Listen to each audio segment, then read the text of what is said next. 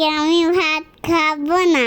কেন মা, তোমার কি হয়েছে যে তুমি ভাত খেতে চাচ্ছ না? আজকে আমার পেটু ব্যথা করছে। ও আচ্ছা, বুঝলাম, তোমার অ্যাসিডিটির সমস্যা হয়েছে তাই তো।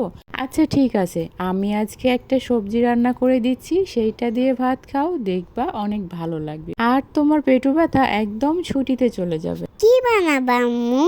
সেইটা জানতে হলে তো তোমাকে আমার সাথে রান্নাঘরে যেতে হবে। কি, যাবা? হ্যাঁ চলো যাই। চলো তাহলে আমরা একসাথে আজকে রান্না করি। আম্মু তুমি কড়াইরে কি দিবা প্রথমে? আমি প্রথমে তেল দেব, তারপরে সেইখানে 2টা কাঁচামরিচ ফালি করে দেব। মরিচটা একটু ভাজা হয়ে গেলে সেইখানে 1 মুঠ মতো পেঁয়াজ কুচি দিয়ে দেব। তারপরে কি একটু নেড়ে দিতে হবে?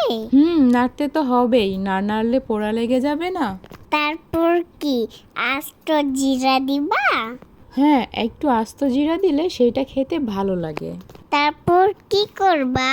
তারপর আর কি করব, একটু নাড়াচাড়া করে সেইখানে আগে থেকে কেটে ধুয়ে রাখা ঢেঁড়সগুলো দিয়ে দেব। তারপর কিছুক্ষণ নাড়াচাড়া করে সেইখানে একটু লবণ আর একটু হলুদ গুঁড়ো দিয়ে ভালো করে মিশিয়ে নেব। তারপর ঢাকনা দিয়ে ঢেকে দেব।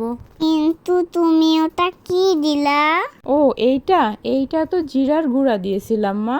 2বার জিরা? 2বার, ওটা তো দিয়েছিলাম ফোড়নে আস্ত জিরা দিলে সেইটা পরবর্তীতে একটু সুন্দর ঘ্রাণ আসে। আর এইটা তো দিলাম রান্না করার জন্য, নর্মালি তো রান্না করার জন্য জিরার গুঁড়া দিতেই হয়, সেই জন্যই দিয়েছিলাম। তুমি আজকে তা রান্না করলা কেন আম্মু?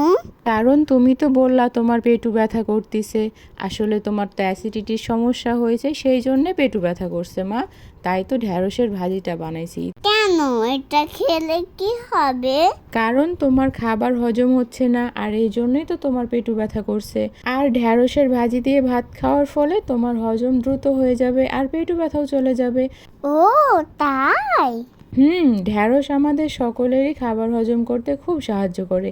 আর যদি আমাদের খাবার সহজে হজম হয়ে যায় তাহলে তো আমাদের অ্যাসিডিটির সমস্যাও হয় না, আমরা অ্যাসিডিটির সমস্যা থেকেও মুক্তি পেতে পারি। কি বুঝলা? ও আচ্ছা বুঝলাম। এটা খেলে কি বড়দেরও কাজ হয়? এইটা ছোট বড় সকলের জন্যই অনেক উপকারী একটা সবজি। তোমরা আমার পেজটা ফলো করছো না কেন? আর চ্যানেলটাও সাবস্ক্রাইব করে দিও। পাকা বুড়ি একটা। আচ্ছা ঠিক আছে, তুমি আজকে এইটা দিয়ে খাবার খেয়ে নাও, দেখবা সকলেই তোমার পেজটাও ফলো দিয়ে দিবে আর চ্যানেলটাও সাবস্ক্রাইব করে দিবে। আর হ্যাঁ, আপনাদেরই বলছি, আজকে এই পর্যন্তই, দেখা হচ্ছে পরে নতুন কোনো ভিডিওতে। সে পর্যন্ত সকলে খুব ভালো থাকবেন, আমার জন্য দোয়া রাখবেন, আমি যেন আমার পরিবার পরিজন নিয়ে ভালো থাকতে পারি।